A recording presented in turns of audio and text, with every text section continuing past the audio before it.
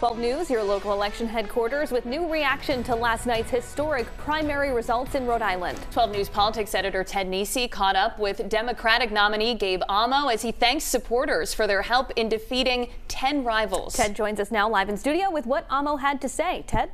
Well, Kim, Kayla, Gabe Amo spent much of the Democratic primary campaign in the shadows of Sabina Matos and Aaron Regenberg, but last night he won a surprisingly easy victory, carrying almost every city and town in the 1st Congressional District.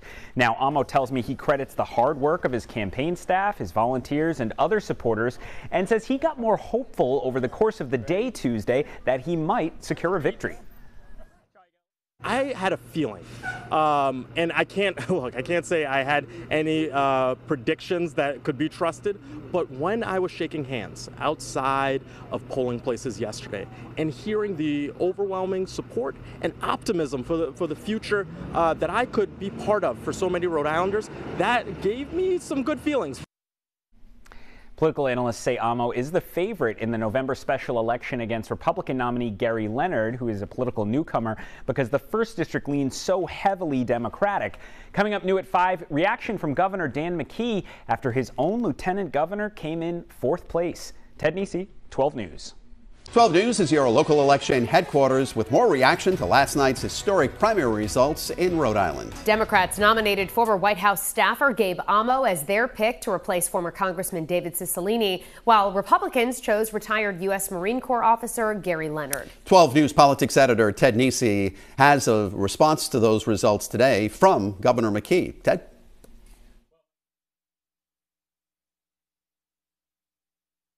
Defeated 10 other Democrats to win his party's nomination in the 1st District, and he's the favorite heading into November because Republicans haven't won this seat since 1992.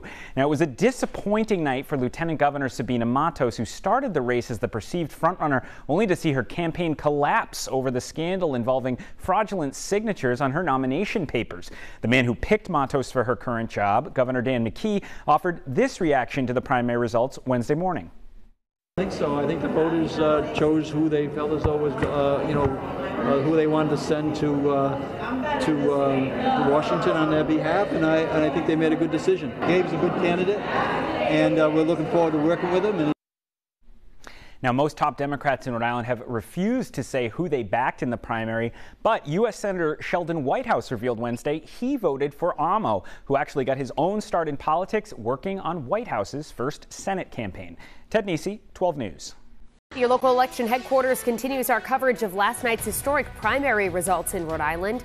Today, 12 News caught up with Democratic nominee Gabe Amo, a former White House staffer for the Biden administration. I know you missed a call last night from your old boss, President Biden. Have you been able to connect with him today? And if so, what'd you talk about? We spoke just an hour ago, and it was a great conversation. He also said that he wanted to be helpful in this election, and so I'm going to think hard about how to get the president involved. Amo will face Republican nominee Gerry Leonard, a retired U.S. Marine Corps officer, in the November election. Leonard says his campaign will emphasize uniting Rhode Islanders and avoiding political extremes. 12 News is your local election headquarters looking ahead to Rhode Island's special election for Congress in November. Today, 12 News politics editor Ted Nesi caught up with the Republican nominee for the 1st District seat, Gerry Leonard, a U.S. Marine Corps veteran and first-time candidate who won a landslide victory in Tuesday's GOP primary. How did it feel Tuesday night watching those returns come in? You got 75% or so from your fellow Republicans. It felt fantastic, Ted, and I'm so appreciative and quite frankly humbled by the turnout.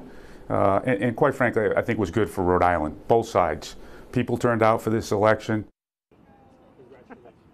Leonard will face Democratic nominee Gabe Amo in the special election on November 7th as his party seeks to retain a seat they've held since 1994. And remember, you can go to WPRI.com/vote to dig into all the results, find comprehensive analysis, and it's also the place you'll be able to get information for November's election.